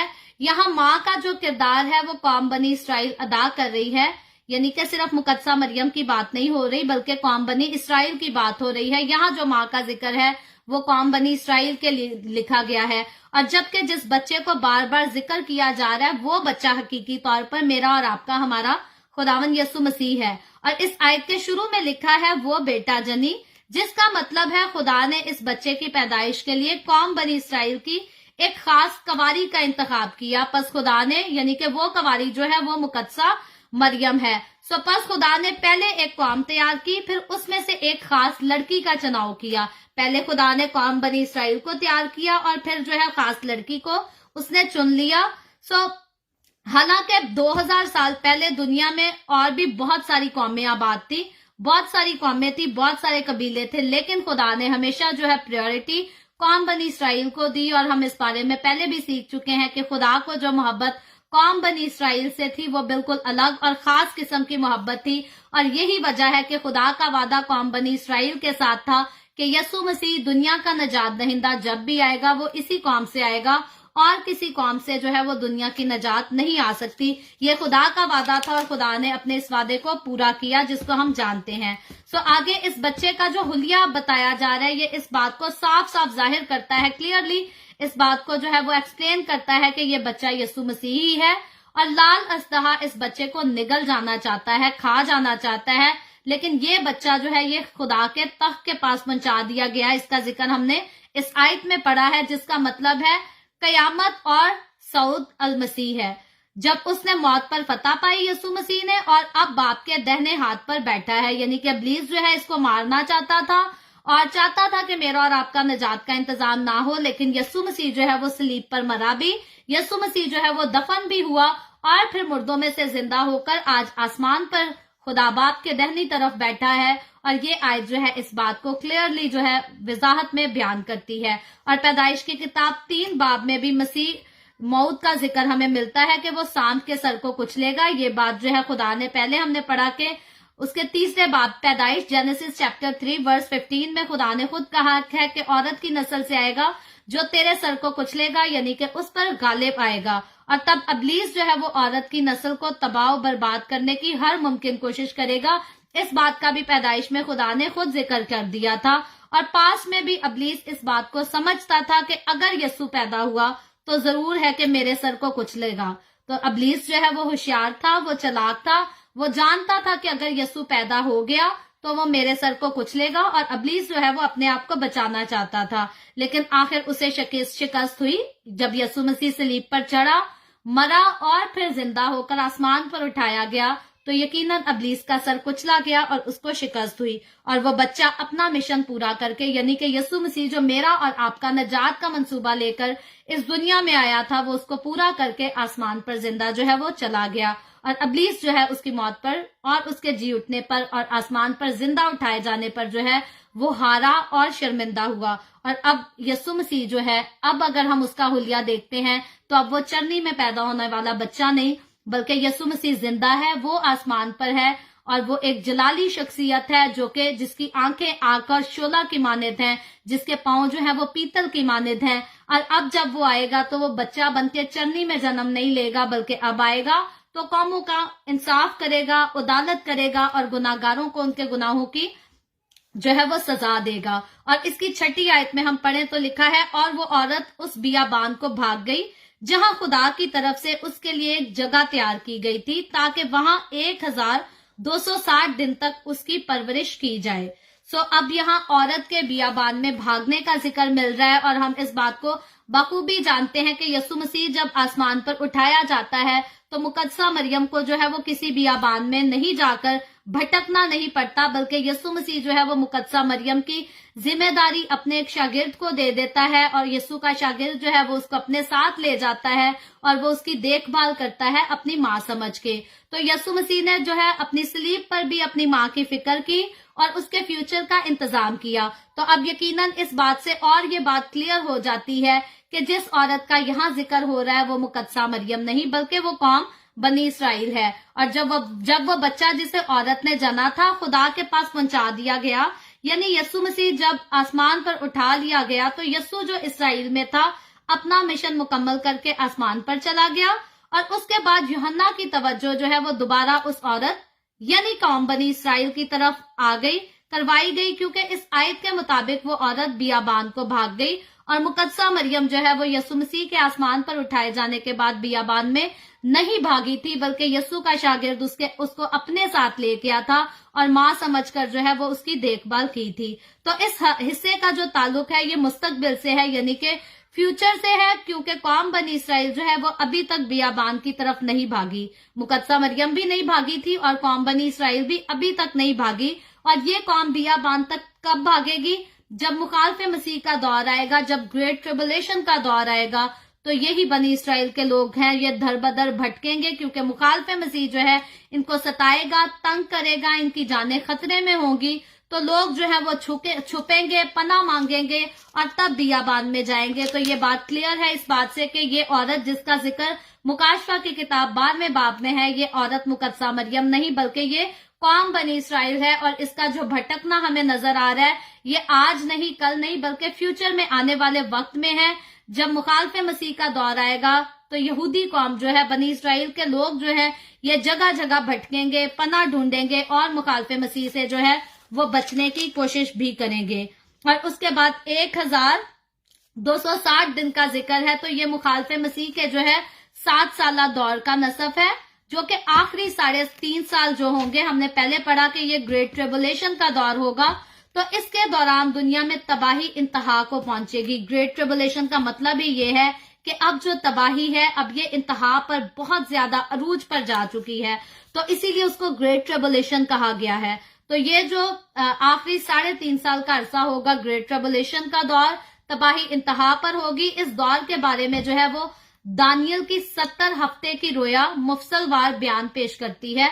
आप दानियल की रोया जो पढ़ सकते हैं, पास्टर सैमुअल गौरी की लिखी हुई किताब भी है दानियल की तफसीर में, उसमें भी आप डिटेल में इसको पढ़ सकते हैं और तब आपको इसकी और ज्यादा जो है वो समझ आ जाएगी। और ये बड़ी मुसीबत का दौर होगा, ग्रेट ट्रिबुलेशन होगी, जब मुखालिफ मसीह जो है वो पूरे जोर में जुल्म भी करेगा, तबाही भी मचाएगा। तब जो है वो वक्त होगा जब बनी इसराइल के लोग जो है भटकेंगे, बियाबान की तरफ भागेंगे ताकि अपनी जान को जो है वो बचा सके, अपनी जान को महफूज कर सके। और इससे आगे 7वीं आयत में लिखा है, फिर आसमान पर लड़ाई हुई और मिकाइल और उसके फरिश्ते अजदहा से लड़ने को निकले और अजदहा और उसके फरिश्ते इनसे लड़े। तो अब मेरे अजीजों, ये जो लड़ाई का जिक्र हो रहा है मुकाशफा की किताब 12वें बाब की 7वीं आयत में, इसकी बल्कि मैं आगे तीनों आयतें पढ़ती हूं तो आपको समझ आएगा। लोग समझते हैं या शायद ये पास्ट की लड़ाई है, जब ऑलरेडी ये लड़ाई हुई थी तो फरिश्ते जो हैं आसमान पर से गिराए जा चुके हैं। तो ये वो लड़ाई नहीं है, ये पास्ट की लड़ाई है। मैं इन तीनों आयतों को इकट्ठा पढ़ती हूँ ताकि आगे इस पर मैं और वजाहत से बात कर सकूं। 7वीं आयत से लेकर 9वीं आयत में लिखा है, फिर आसमान पर लड़ाई हुई, मिकाइल और उसके फरिश्ते अजदहा से लड़ने को निकले और अजदहा और उसके फरिश्ते उनसे लड़े, लेकिन गालिब ना आए। और इसके बाद आसमान पर उनके लिए जगह ना रही और वो बड़ा अजदहा यानी वही पुराना सांप जो अबलीस और शैतान कहलाता है और सारे जहान को गुमराह कर देता है, जमीन पर गिरा दिया गया और उसके फरिश्ते भी उसके साथ गिरा दिए गए। Praise the Lord. सो मेरे अजीजों, ये जिस लड़ाई का जिक्र मुकाशफा की किताब उसके 12वें बाब की 7वीं आयत से लेकर 9वीं आयत में जिस लड़ाई का जिक्र हो रहा है, ये लड़ाई फ्यूचर की लड़ाई है, ये पास्ट की नहीं है। पहले पास्ट में लड़ाई हुई थी, मेरे और आपके तख्लीक होने से पहले हुई थी, जब लूसीफर जो है ये खुदा के खिलाफ बगावत करता है, खुदा के बराबर मकाम अपने आप को समझता है, गरूर करता है, घुमंड करता है और खुदा जो है इसको आसमान पर से निकालकर नीचे गिरा देता है। और कितने आसमान हैं, यस्सु कहाँ है, इसका जिक्र मैंने आपको कहा था हम डिटेल में जाके सीखेंगे, लेकिन मुकाशफा की किताब की जब हम पूरी बाइबल रीडिंग खत्म कर लेंगे उसके बाद मैं ऐसे टॉपिक्स के लिए अलग जो है वो शो बनाऊंगी जिस पर हम इनको जिक्र कर सकें।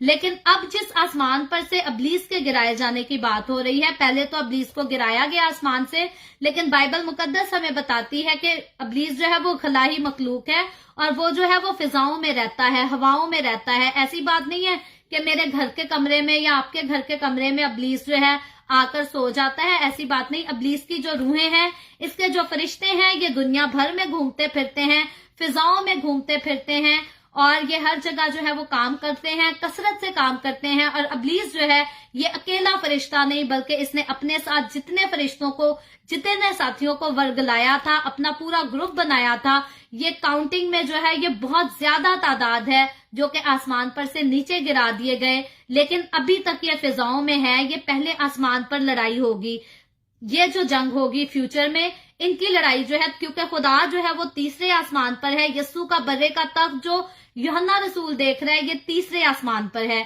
लेकिन ये जो फरिश्तों की लड़ाई है ये तीसरे आसमान पर नहीं होगी, क्योंकि तीसरे आसमान से अबलीस को ऑलरेडी गिराया जा चुका है। लेकिन फाइनल जो इसका गिरना है, फाइनल डेस्टिनेशन जो है वो हमेशा की आग है और उसमें अभी तक अबलीस गिराया नहीं गया, बल्कि ये अभी तक फिजाओं में है, हवाओं में है और इसके फरिश्ते जो है वो काम करते हैं। बाज़ोकात लोग समझते हैं कि ये कोई तासीर है जो सिर्फ लोगों के अंदर आ जाती है और काम करती है, ऐसी बात नहीं है। याद रखें, अबलीस और उसके फरिश्ते जो हैं ये हकीकी तौर पर रियलिटी में आसमान पर से गिराए गए ये रूहें हैं, जिनको बदरूहें भी कहा जाता है। ये इंसान के अंदर भी आकर काम करती हैं और इंसान के चलते फिरते आम जो है बाजारों में, जगहों पर भी काम करती हैं। लेकिन याद रखें, यस्सु के लोगों पर जो है इनका कोई इख्तियार नहीं है, यस्सु के लोगों को ये नुकसान नहीं पहुंचा सकती।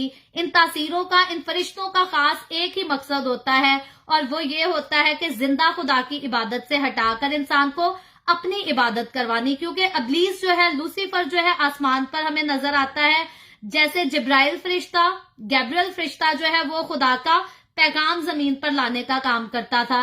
इसी तरह मिकाइल जो है खुदा का फरिश्ता, ये जंग लड़ता है। तो लूसीफर जो खुदा का फरिश्ता था आसमान पर, ये जैसे आज हमारे चर्चेज में क्वायर लीडर हमें नजर आते हैं, ये खुदावंद की हुजूरी में सिताइश करता था, उसकी प्रस्तिश का काम करता था। बतौर क्वायर लीडर हम कह सकते हैं कि लूसीफर जो है ये आसमान पर एक क्वायर लीडर फरिश्ता था, और खुदा ने जो है इसको बड़ा हुस्न दिया था, बड़ा इख्तियार दिया था। इसके पर जब ये हिलाता था तो उनमें से जो है वो म्यूजिक बजता था। तो लूसीफर के पास जो है वो बहुत खासियत थी, खास म्यूजिक की, वर्शिप की खासियत थी। और ये वजह है कि जब लूसीफर आसमान से नीचे गिरा दिया गया तो उसने लोगों को जो है, पहले तो आसमान पर वो खुदावंद की प्रस्तिश करता था, लेकिन अब जब उसके अंदर गुरूर आ गया, उसने चाहा कि लोग जो है बाकी फरिश्ते खुदा की प्रस्तिश क्यों करते हैं, मेरी प्रस्तिश करें। मैं नॉर्मल एक एग्जाम्पल देती हूँ। बहुत सारे चर्चेज में लूसीफर की तासीरें आज ऐसे काम करती हुई नजर आती हैं। बहुत सारे चर्चेज की ऐसी भी स्टोरी है, वहां क्वायर लीडर होते हैं जो बहुत खूबसूरत गाते हैं, और आहिस्ता आहिस्ता उनमें बड़ा गुरूर आ जाता है, बड़ा घमंड आ जाता है। वो कहते हैं जी पादरी को गाना भी नहीं आता, पादरी को क्वायर भी नहीं चलानी आती, तो मैं तो अच्छा गा भी लेता हूँ, मैं अच्छा कलाम भी सुना लेता हूँ, तो क्यों ना पादरी को हटा के मैं पादरी बन जाऊं। ऐसी तासीरें जो है ये आपको भी अपने आसपास चर्चेज में काम करती नजर आएंगी।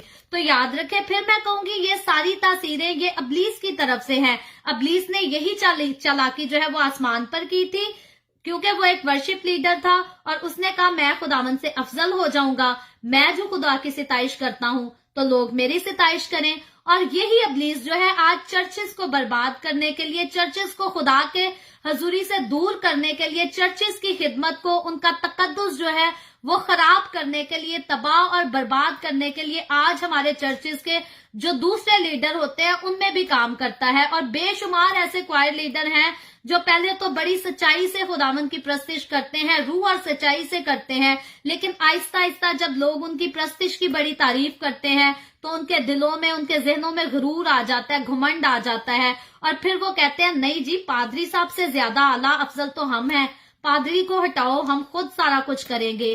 तो ये सारी तासीरें जो है ये लूसीफर की तरफ से हैं, जो आज लोगों की जिंदगियों में काम करती है, और मसीह के घरों को भी जो है वो तबाह बर्बाद करने के लिए ये जो है बड़ा खास रोल अदा करती है। तो इसलिए हम किसी को गिराना नहीं चाहते या गिरा हुआ दिखाना नहीं चाहते।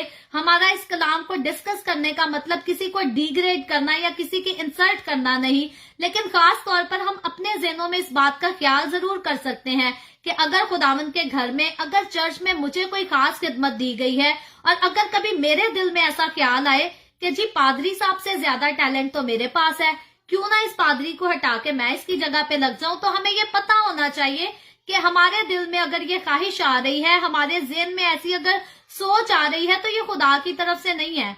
क्योंकि खुदा कभी भी नहीं चाहता एक जो मैंने काहिन मुकर्रर किया है उसकी हकारत हो, उसकी इंसल्ट हो, उसको तख्त से गिराकर और किसी दूसरे को उठाकर तख्त पे बिठा दिया जाए। खुदा ऐसी नाइंसाफियां पसंद नहीं करता, ना वो बर्दाश्त करता है। तो ऐसी नाइंसाफियां कभी भी आपके दिल में आए, कभी आपका दिल करे कि हम अपने चर्च पास्टर के खिलाफ या फादर के खिलाफ बगावत करने की कोशिश करें, किसी बिशप के खिलाफ बगावत करने की कोशिश करें, तो इस बात को याद रखें कि ये ख्याल, ये सोचे, ये इरादे सारे अबलीस की तरफ से हैं। और फिर कहती हूँ अबलीस को कभी भी अपने दिलों में, अपनी जिंदगियों में जीतने ना दें। अबलीस को हमेशा जाने का हुक्म दें। यीशु का नाम लेकर जब कहीं भी बुरा ख्याल आपके ज़हन में आए, बुरा इरादा, कोई बुरी ख्वाहिश आपकी जिंदगी में जन्म ले, तो हमेशा यीशु का नाम लेकर कहें ऐ शैतान दूर हो। बताएं ये अबलीस को कि मैं यीशु का हूँ, तेरा मेरे साथ कोई वास्ता नहीं। मैं आपको एक छोटी सी एग्जांपल दूंगी। मेरा बेटा जब अभी तो 3 साल का है, तकरीबन साल पहले की बात है, बहुत ज्यादा रोया करता था। रात को नींद में भी जोर जोर से रोने लग जाता था। मैंने एक पादरी साहब से कहा, मैंने कहा पादरी साहब मेरे बेटे के लिए दुआ करें, ये रात को नींद में रोता है और इतनी बुरी तरह से रोता है कि मैं इसकी हालत देख नहीं पाती। तो पादरी साहब ने मुझे कहा, बेटा मैं दुआ करूंगा आपके बेटे के लिए, लेकिन आप खुद जो है अपने बेटे के लिए दुआ करो। खुदा ने जो माँ को जिम्मेदारी बच्चे की दी है वो दूसरों से ज्यादा है, और खुदा जो है वो चाहता है कि माँ जैसे अपने लिए खुदा के हजूर में झुकती है, अपने बच्चों के लिए भी झुके, अपने बच्चों के लिए भी दुआ करे और उनके लिए बरकतें मांगे, खुदा का रहम मांगे। तो वक्ती तौर पे तो मैंने सोचा, मैंने कहा मैंने पादरी साहब से रिक्वेस्ट की है कि दुआ करो। पादरी साहब ने मुझे अलग ही लेक्चर सुना दिया है। लेकिन उसके बाद जब मैंने दुआ शुरू की अपने बेटे के लिए, तो रात को जब मेरा बेटा रोता था, मैंने इसको गोद में पकड़ना और दुआ शुरू कर दी। मैंने कहा इब्लीस तू होता कौन है मुझे बहकाए, तू होता कौन है जो मेरे बच्चे को रुलाए, इब्लीस यीशु के नाम से चला जा। मैंने आवाजें बोलकर मैंने इस तरह से दुआ करनी और इब्लीस को डांटना शुरू किया। और 2-3 दिन की बात है, उसके बाद मेरे बेटे की आदत बिल्कुल सही हो गई। उसके बाद उसने नींद में रोना जो है वो खत्म कर दिया, उसकी ये आदत कंप्लीटली तौर पर खत्म हो गई। तो बात यह है कि इब्लीस जो है वो कोई मौका नहीं छोड़ता। इब्लीस चाहता है कभी वो हमारे बच्चों के वसीला से, कभी दूसरे कामों के वसीला से, कभी हमारे फाइनेंसेस डिस्टर्ब हो जाते हैं, और इब्लीस की कोशिश होती है इन सारे कामों से जो है मैं इंसान का ध्यान जो है वो खुदा से दूर करूं, इंसान की तवज्जो खुदा से हटाऊं, ताकि ये खुदा को छोड़कर जो है ये मेरे पास आ जाए, मेरी चीजों को। और खासतौर पे फाइनेंशियली तौर पर मेरी जो पिछले साल की अगर बात करूं, 2020 की, 2019 की, तो फाइनेंशियली मेरी कंडीशन इतनी ज्यादा बुरी थी कि मैं बयान नहीं कर सकती। बहुत ज्यादा मुश्किल का मेरा दौर था ये पिछले 2 साल। तो यही वक्त होता है जब इंसान की आजमाइश होती है और हम अपने सब्र का हम इम्तिहान देते हैं। और मुश्किल होता है जब हमारे पास कोई पैसा नहीं, कोई और जरिया भी नहीं कि हमारी कोई सपोर्ट हो सके, तो इब्लीस फिर हमें वर्गलाता है कि अब हम झूठ की तरफ लगें, अब हम दगाबाजी की तरफ लगें और किसी ना किसी तरह से हमारी जो है वो जरूरतें पूरी हो। लेकिन मैं खुदावंद का शुक्र करती हूँ, इतने मुश्किल अरसे में, इतने मुश्किल दौर में जो है खुदा ने मुझे झूठ बोलने से भी बचाया, खुदा ने मुझे दगाबाजी करने से भी बचाया। और जब खुदा भी तब हमें इन चीजों से बचाता है जब हम खुदा के आगे अपने सर को झुकाते हैं। और अगर इंसान खुद ही हिम्मत हार जाए, कहीं जी नहीं अब सीधी उंगली से तो घी नहीं निकलना, तो टेढ़ी उंगली से घी निकालना पड़ता है। यही वो वक्त होता है, यही वो मुकाम होता है जब इंसान जो है वो खुदा को नीचा दिखाकर इब्लीस को अपनी जिंदगी में आला मुकाम दे देता है। जब इंसान कहता है जी मुश्किल वक्त में गधे को भी बाप बनाना पड़ता है, तो याद रखें हमारा बाप, मेरा और आपका बाप जो है वो आसमान पर है, वो हमारी फिक्र करता है, वो हमारा ख्याल करता है। अगर कुछ साल हमें मुश्किल के भी गुजारने पड़ते हैं तो हमें सच्चाई के रास्ते जैसे जो है वो हटने की कोई जरूरत नहीं, हमें सच्चाई पर खड़े रहना है। और याद रखें इब्लीस आपकी जिंदगी से जरूर भाग जाएगा। कुछ वक्त होता है आजमाइश का। मेरी जिंदगी में 2-3 साल बहुत मुश्किल थे, 2 साल तो बहुत ही ज्यादा मुश्किल के थे, लेकिन खुदावंद का शुक्र है मैंने कोई गलत रास्ता नहीं इख्तियार किया, तो खुदा ने खुद ही मेरे हालात को बदलना शुरू कर दिया। और ये खुदा का प्यार है, उसकी मोहब्बत है, मुसीबतों में से गुजार कर वो हमें और ज्यादा प्योर करता है। और हमें भी पता होता है कि हम इतने मुश्किल वक्त में जब प्योर रह गए तो अच्छे वक्त में हम क्यों नहीं प्योर रह सकते। तो मेरे अजीजों, हमेशा मैंने एक्सपीरियंस किया है, हमेशा मैंने इस बात को जो है अव्वल दर्जा दिया है कि मेरा बाप जो है वो आसमान पर है और मुझे अपनी जरूरत के लिए किसी गधे को अपना बाप बनाने की जरूरत नहीं। और खुदावंद का शुक्र है जब आसमानी बाप पर अपना यकीन रखते हैं, अपनी निगाहों को आसमानी बाप पर लगा कर रखते हैं, तो वो हमारी मुश्किलात को हमारी जिंदगी से जरूर दूर करता है। मेरी जिंदगी से करता रहा है, आपकी जिंदगी से भी जरूर करेगा। सो आज का जो हमने टॉपिक पढ़ा है, उम्मीद करती हूँ आपको काफी हद तक बातें समझ आई होंगी।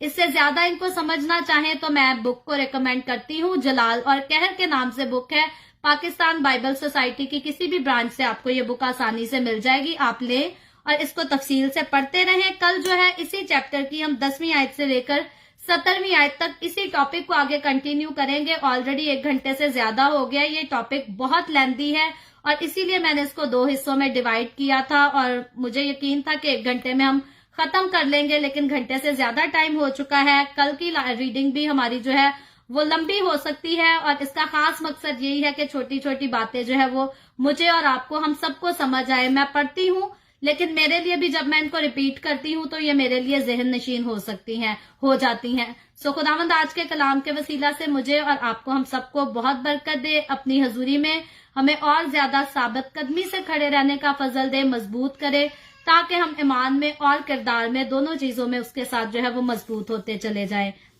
सो अभी हम दुआ करेंगे और इससे पहले मैं दुआ करूं, आप सबसे गुजारिश करूंगी, आपके पास कोई भी प्रेयर रिक्वेस्ट है तो आप नीचे कमेंट में लिख सकते हैं।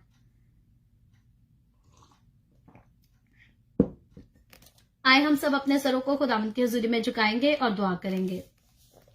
Hallelujah hallelujah. प्यार से भरे जिंदा आसमानी बाप, लश्करों के रब यहोवा यरी, मैं तेरे प्यारे बेटे अपने खुदावंद यीशु मसीह के नाम में तेरे कदमों में आती हूँ, तेरी शुक्रगुजारी करती हूँ, तेरी तारीफ, तेरी तमजीद करती हूँ। खुदावंद तू जो हमसे प्यार करता, हमारा ख्याल करता है, खुदावंद تو जो हमारी जिंदगियों पर अपना इख्तियार रखता है, खुदावन मैं तेरा शुक्र करती हूँ। और खुदावन इन तमाम लोगों के लिए मैं तेरी शुक्रगुजारी करती हूँ जो ऑनलाइन मेरे साथ आए तेरे कलाम को सुनने के लिए, तेरे कलाम को सीखने के लिए। खुदावन तो अपने लोगों को बरकत दे, इनके घरानों को बरकत दे, इनकी जिंदगियों में अपना गहरा जलाली काम कर और फजल दे खुदावन के हम सबकी जिंदगियों में तू बादशाही करे, अबलीस बादशाही ना करे, बल्कि हम अबलीस को छोड़कर तेरी वफादारी करते रहें, अपनी जिंदगियों से, अपनी बातों से, अपने कामों से तुझे खुश करते रहें।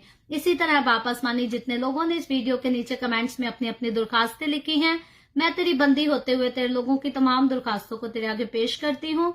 तुझसे मिन्नत करती हूँ खुदावंद अपने लोगों को तमाम तरह की बीमारियों से, दुखों, तकलीफों, परेशानियों से आजाद कर, ताकि तेरे लोग आजाद होकर छुटकारा हासिल करके तेरी शुक्रगुजारी करें, तेरे नाम की गवाही दे सकें। खुदावंद मैं तेरे तमाम खादमों को, मुकद्दसीन को, पाकलीसियाओं को तेरी हजूरी में याद करती हूँ, परस्तारों को तेरी हजूरी में याद करती हूँ।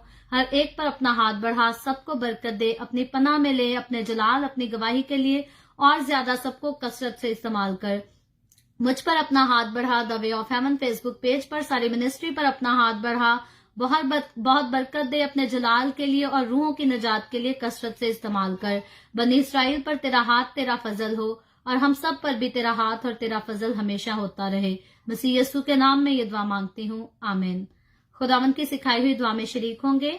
आए हमारे बाप तो जो आसमान पर है, तेरा नाम पाक माना जाए, तेरी बादशाहत आए, तेरी मर्जी जैसे आसमान पर पूरी होती है जमीन पर भी हो। हमारे रोज की रोटी आज हमें दे, जिस तरह हम अपने कर्जदार को माफ करते हैं, तू भी हमारे कर्ज हमें माफ कर। हमें आजमाइश में ना पड़ने दे, बल्कि बुराई से बचा, क्योंकि बादशाहत, कुदरत और जलाल हमेशा तेरे ही हैं, आमीन आमीन। खुदावंद आप सबको बहुत बरकत दे।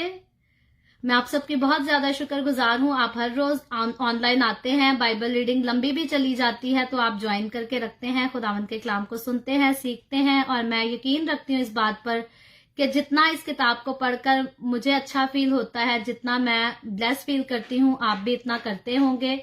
और अगर इससे थोड़ा कम करते हैं तो मेरी दिल से ये दुआ है, खुदावंद आपको शादमानी बख्शे, अपने कलाम के वसीला से आपकी रहनुमाई करे। सो इस कलाम को जगह जगह शेयर करते रहें ताकि हम सबके वसीला से अंजील की मनादी कसरत से हो सके। और गुजारिश करती हूँ, अभी तक अगर आप लोगों में से किसी ने अपना नाम और एड्रेस मुझे नहीं भेजा तो आप व्हाट्सएप नंबर पर भेज दें। व्हाट्सएप नंबर बोल देती हूँ, +1 204 914 0346।